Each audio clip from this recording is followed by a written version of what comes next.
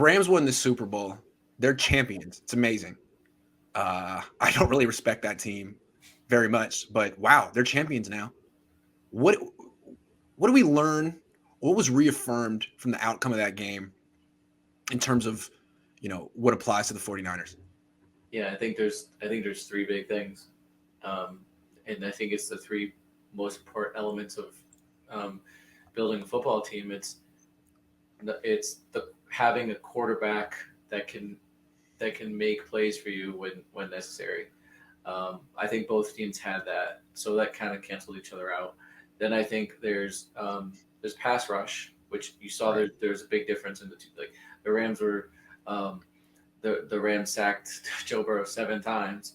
Um, they had two marquee pass rushers on the field. Although I don't, you can argue about where Miller is in his career, but he's still a viable Great pass. in that game. Yeah, he's still. And then obviously Aaron Donald's Aaron Donald. Um, and then lastly, but right up there is the offensive line. Like the the Bengals elected to basically ignore the offensive line this year, and they ended up with the third most sacks in NFL history. Now they got to the Super Bowl, but they lost. And Yep. And why'd they lose? Because they got sacked a million times. right, and the other thing is like people aren't accounting for this, but Joe Burrow got hit a lot, and I think you just have to you can look back to recent history as Andrew Luck. Like you do not want that guy taking all those hits. I don't know that Burrow's in a place in his life where he can walk away from the game, but um, you know, after a couple of years of getting maybe he gets a second contract. I mean, you don't want to force a player to that point. Uh, Right. and you certainly don't want to lessen his career, and you certainly don't want to take away some of his athleticism through those injuries. You don't want a Peyton Manning type injury happening and stuff like that. So to me, I think the Super Bowl really just hit home those 3 points. And I think for the most part, the 49ers have taken care of those three things. I mean, we've talked about, I think there's some issues on the interior line. Um, and then, and McGlinchey, but I think they do. I think they do prioritize offensive line. I mean, we'll see what they do this year in this free agency if they bring back Lakin, if they or if they have confidence in Aaron Banks. But I do think it reaffirms their methodology. Obviously, we know that they put a premium on pass rush, and they've got it. Now the other missing element really is Trey Lance gonna is he gonna hit? Yeah, I think it's what's reaffirmed or what we already know is that you need a top 10 quarterback. Unless your guy is That's really, really cheap and you have a great team around him, you probably need a top 10 quarterback because I don't think that Sean McVay grew as a coach. Like, I don't think Sean McVay is necessarily better no, now than he was 3 years ago when he lost to Bill Belichick. I think Matt Stafford's better. And if you have a quarterback who's a top 10 guy or a top 8 guy, then you can take a good play caller like Sean McVay and make him look like a great head coach, yeah, like a champion. Even though I mean, his coaching in that game was erratic. His coaching all the way through the season was erratic. But he had some guy who could sort of bail him out because McVay's good in a lot of things. Stafford's good at a lot of things.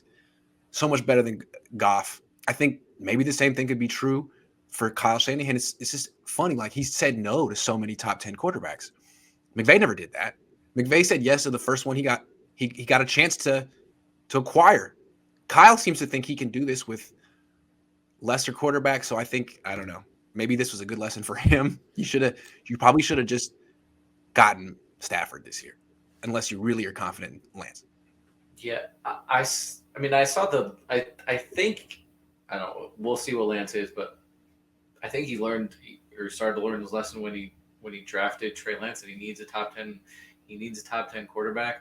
Um, I for one am not a person that's advocating going to get one of these other guys like a Brady or an Aaron Rodgers just because you've got Trey Lance and he's cheap and if well, I'll say this with a caveat, right? Like you've seen him in practice, like he's played 2 games. Like you should have a good idea of whether this guy's a bust or you can really believe in him to run your organization.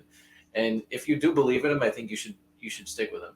And if you don't, then like Rogers or Brady wants to come, like just go ahead and move. But and go on and move in, and you know, if you want to then sit Lance and or move on from him, that's fine. But if you believe in him, then I don't think you sit him for another year. You play him, and if you believe in him.